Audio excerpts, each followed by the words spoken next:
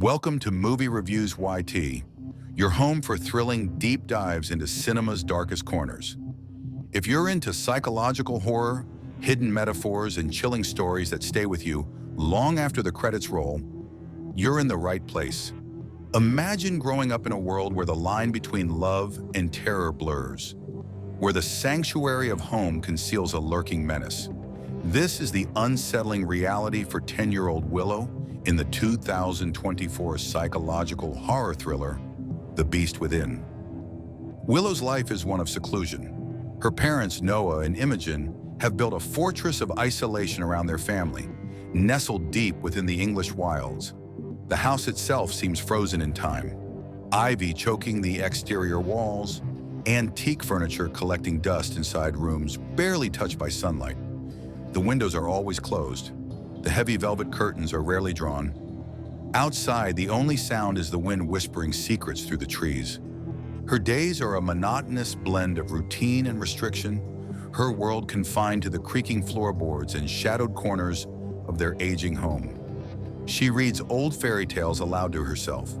She draws wolves with bleeding eyes in the margins of her notebooks.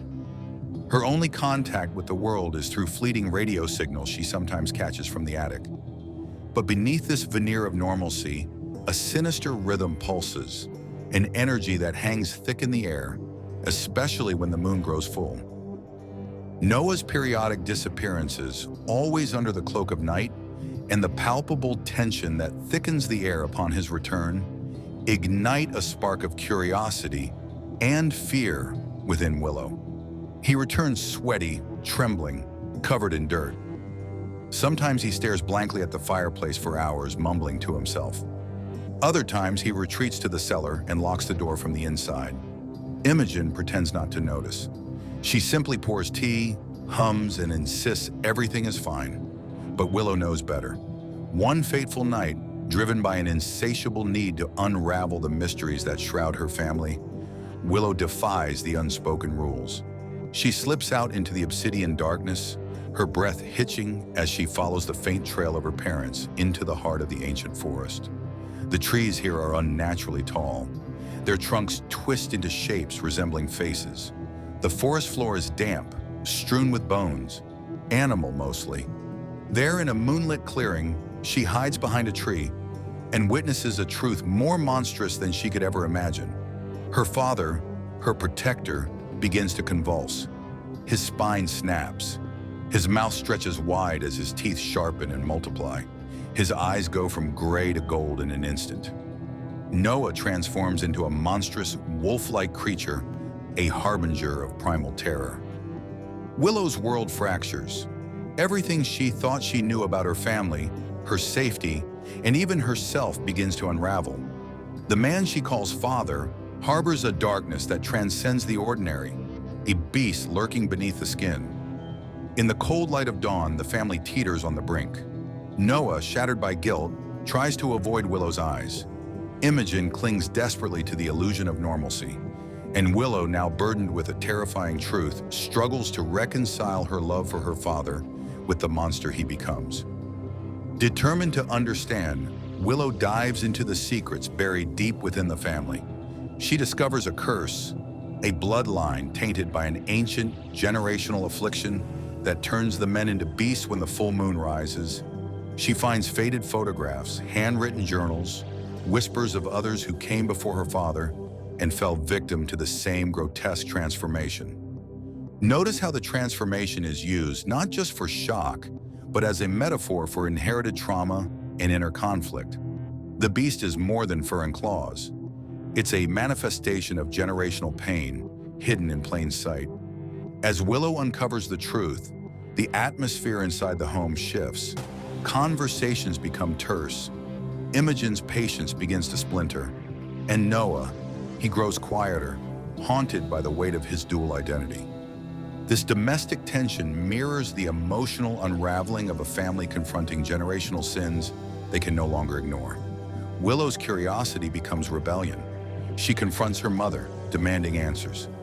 Imogen, forced to break her silence, finally tells the story of the curse, how it began centuries ago with an ancestor who committed unspeakable acts and was marked for life by a woodland spirit. Every male heir carries the curse. Every generation hopes it ends with them, but it never does.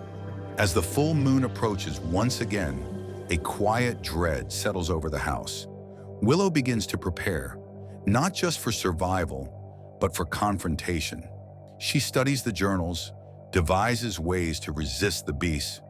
She even finds whispers of a potential cure, hidden deep in folklore and rituals thought long lost. There's a moment here where the pacing tightens, the score rises, the shadows grow deeper. You can feel the movie pushing toward a tipping point. Willow isn't the same girl we met at the beginning. She's sharper, more determined, and unflinchingly brave. The final act arrives like a thunderclap. A storm rolls over the countryside. Noah's transformation begins, but this time Willow is ready. In a scene dripping with dread and heartbreak, she stands in his path, not with weapons, but with words, with memories, with love, with everything that made him human. The cinematography here is masterful. Light and shadow dance across Noah's transforming face, as if to visually wrestle the man from the monster. This is a subtle nod to classic werewolf lore, but also a bold emotional statement. Can love reach what's been lost to the dark? The climax isn't just a battle, it's a test of the soul.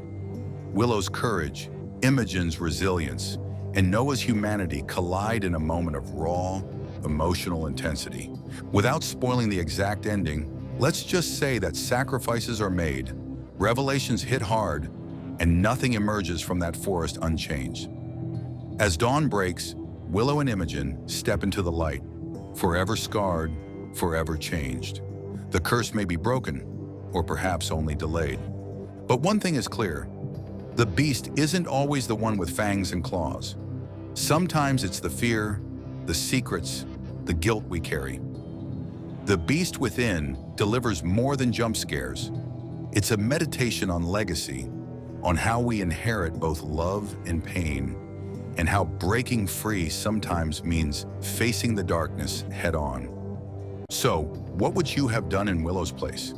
Could you face the beast in someone you love, or even in yourself? Let me know your thoughts in the comments.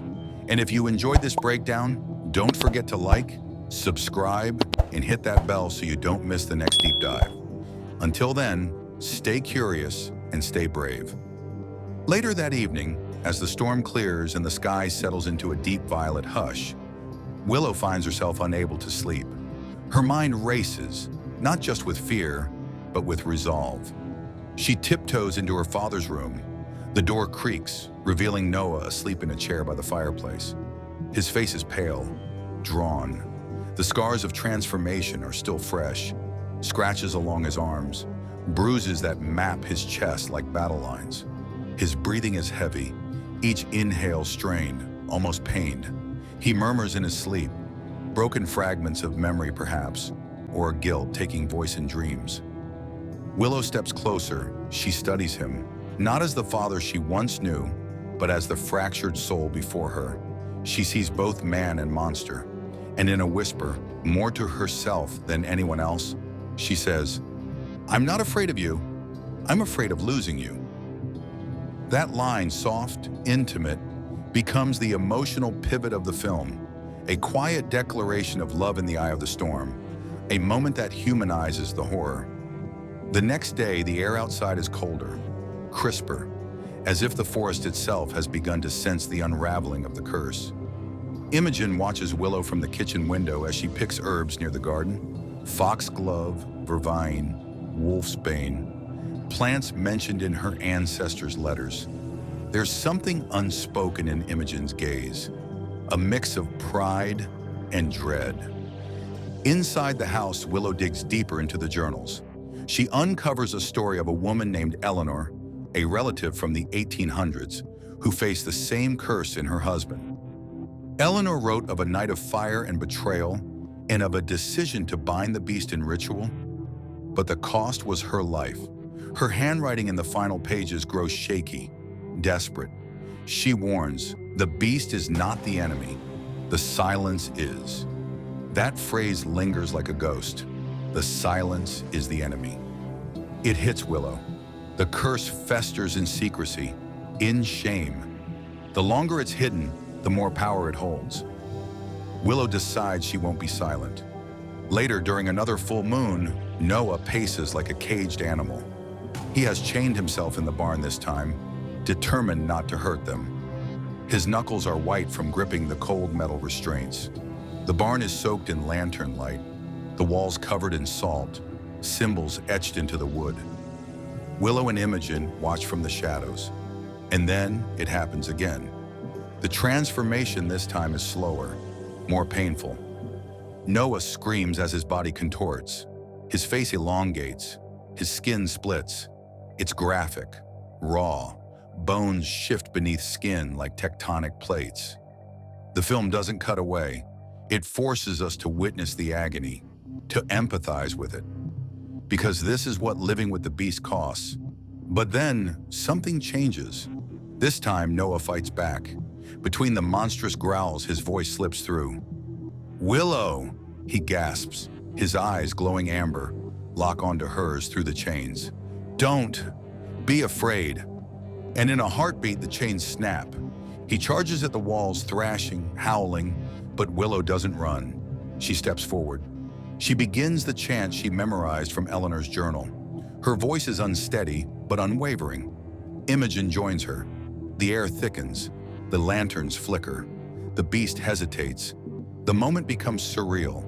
Light bending, sound distorting, as if the barn has been pulled into some liminal space between spirit and flesh. Suddenly, the ritual circle flares. Flames rise from the salt lines. The beast stumbles. He lets out a cry, part man, part animal, and collapses in the center of the circle. Silence falls. For a long moment, no one moves. Then, Noah breathes. Human again, alive, but not unchanged. Later, he awakens in his bed, bruised and disoriented. He turns to see Willow and Imogen sitting beside him. No chains, no blades, just hands held. A family, broken but unbowed. In that quiet, tender moment, we finally understand the heart of the film. The beast within isn't just about lycanthropy or ancestral curses. It's about healing generational wounds, breaking cycles of silence, and confronting the monsters within with empathy, not fear. The final scenes are drenched in bittersweet light. The family begins to rebuild, not with false hope, but with honesty. Willow, now wiser than her years, journals everything, just like Eleanor once did. Her pages are filled not with fear, but clarity, strength, choice.